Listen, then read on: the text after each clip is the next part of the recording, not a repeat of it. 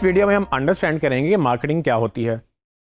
Marketing समझने के लिए हम अमेरिकन मार्केटिंग एसोसिएशन की एक डेफिनेशन का मुतालिया करेंगे जिसके 4 पार्ट्स हैं। अगर आपको इन 4 पार्ट्स की समझ आ जाए तो आपको मार्केटिंग की समझ आ जाएगी। इस डेफिनेशन को लिखने वाले वो हजरात हैं जिनकी किताबें पूरी दुनिया में पढ़ाई जाती हैं, और इस डेफिनेशन को अगर आपने समझना है तो इसको आपको डिटेल में अंडरस्टैंड करना होगा।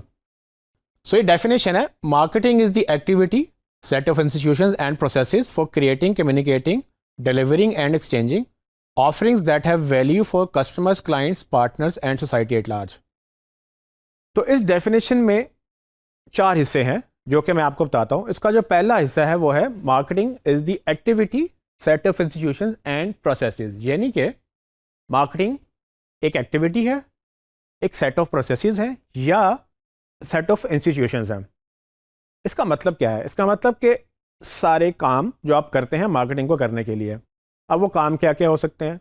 अगर आपने किसी को हायर करना है, मार्केटिंग का बजट लगाना है, टीम के लिए आपने डेस्क खरीदने हैं, कंप्यूटर खरीदना है, ऐड का बजट लगाना है, जितने भी आप काम कर रहे हैं वो सारे काम आपको काम में शामिल हो जाएंगे। ठीक है। इसकी दूसरा जो पार्ट है वो है for creating, communicating, delivering and exchanging, यानी कि क्रिएट करने, कम्युनिकेट करने, डिलीवर या एक्सचेंज करने। क्या क्रिएट करना है, क्या कम्युनिकेट करना है अभी नहीं बताया, लेकिन वो सारे काम जो आप कर रहे हैं क्रिएट करने, कम्युनिकेट करने, डिलीवर या एक्सचेंज करने के लिए। अब बात आती है कि क्या करना है, ये एक्सचेंज होगा क्या। सो वो है ऑफर्स दैट हैव वैल्यू। तो इन्होंने प्रोडक्ट या सर्विस की बात नहीं की, इन्होंने बात की ऑफर्स, और वो भी ऑफर्स जिनकी वैल्यू है। किसके लिए? For clients, customer, society at large, और बाकी जो ऑडियंस आपकी, जिसको आप ऑडियंस कह सकते हैं, वो सब शामिल हैं। तो इन 4 पार्ट्स को अगर हम अंडरस्टैंड करें तो मार्केटिंग एक ऐसा प्रोसेस है जिसका काम है कम्युनिकेट करना या डिलीवर करना। क्या? वो ऑफर्स जिसकी वैल्यू है, किसके लिए? उन क्लाइंट्स के लिए जो कि आपके ऑडियंस कहलाई जा सकती है। अब चूंकि ये जनरल डेफिनेशन है, इसमें उन्होंने कुछ स्पेसिफिक बात नहीं की, इसमें उन्होंने हर तरह की ऑडियंस, हर तरह के काम और हर तरह की चीज़ें बयान कर दी हैं। हमने ये समझना है कि इसमें से हमारे लिए क्या अहम बात है और हम इसको कैसे अपनी मार्केटिंग समझने के लिए अंडरस्टैंड करेंगे। सो पहले पार्ट की अगर बात करें तो पहले पार्ट में तो सिर्फ एक्टिविटीज़ थी। अब एक्टिविटीज़ क्या होंगी?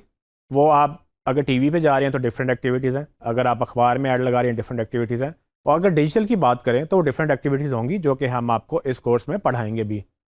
उसके बाद बात आती है कि कम्युनिकेट करना या डिलीवर करना। ये वो पैगाम है जो आप एक जगह से दूसरी जगह पहुँचाते हैं। मतलब है कि आपकी प्रोडक्ट है, उसके बारे में आपने अपनी ऑडियंस को बताना है, तो वो क्या मैसेज है, वो क्या चीज़ है, वो जो कम्युनिकेट कर रहे हैं आप, वो कम्युनिकेट करने वाला जो सेकंड स्टेप है उसके लिए जो भी आप एक्टिविटीज़ करते हैं वो शामिल हैं। फिर तीसरी बात है ऑफ़र्स की। ये इंपॉर्टेंट है। ऑफ़र्स इसलिए इंपॉर्टेंट है कि यहाँ पर उन्होंने ये बात नहीं की कि आपकी प्रोडक्ट या सर्विस, बल्कि बात की ऑफ़र की। तो क्या फ़र्क है प्रोडक्ट, सर्विस और ऑफ़र में? तो बेसिकली अगर आप एक मिसाल लें पानी की बोतल की, तो अगर आप पानी की बोतल ख़रीदते हैं बाज़ार से तो वो बेसिकली आप उसमें पानी ख़रीदते हैं, लेकिन जब आप पैसे दे रहे होते हैं तो आप किस किस चीज़ के पैसे दे रहे हैं?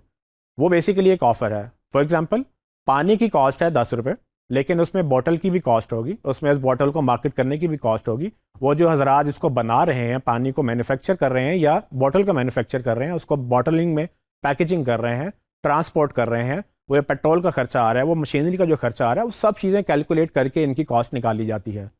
सो बेसिकली सिर्फ पानी अगर आप खरीदते हैं तो शायद सस्ता होता है, लेकिन जब आप पानी एक ऑफ़र के तहत लेते हैं जिसमें आपको एक सर्टन चीज़ सर्टन तरीके से सर्टन अंदाज में पेश की जाती है, उसको एक ऑफ़र कहा जाता है।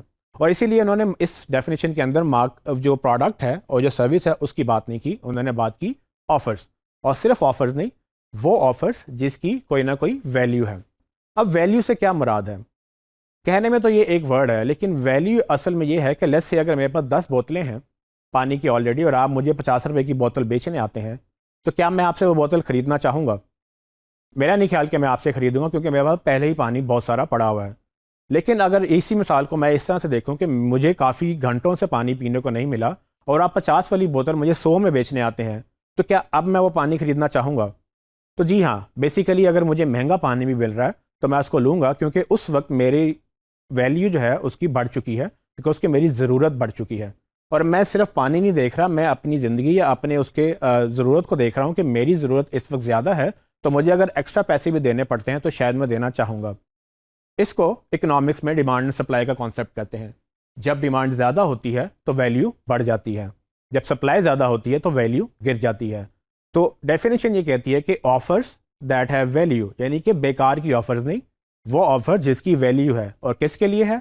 वो या तो आपका कस्टमर होगा या तो आपका क्लाइंट होगा। अगर आप गवर्नमेंट से डील कर रहे हैं तो गवर्नमेंट होगी, अगर गवर्नमेंट मार्केट कर रही है तो उसके लिए एक आम आवाम ऑडियंस होती है।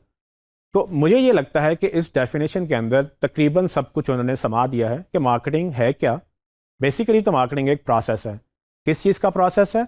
अपनी ऑडियंस तक अपनी ऑफ़र की जिसकी वैल्यू है उन ऑडियंस के लिए उसको पहुंचाना, इस प्रोसेस को मार्केटिंग कहते हैं। इसमें कहीं भी जिक्र नहीं हुआ कि सेल्स होनी चाहिए, बात सिर्फ मार्केट करने की हुई थी।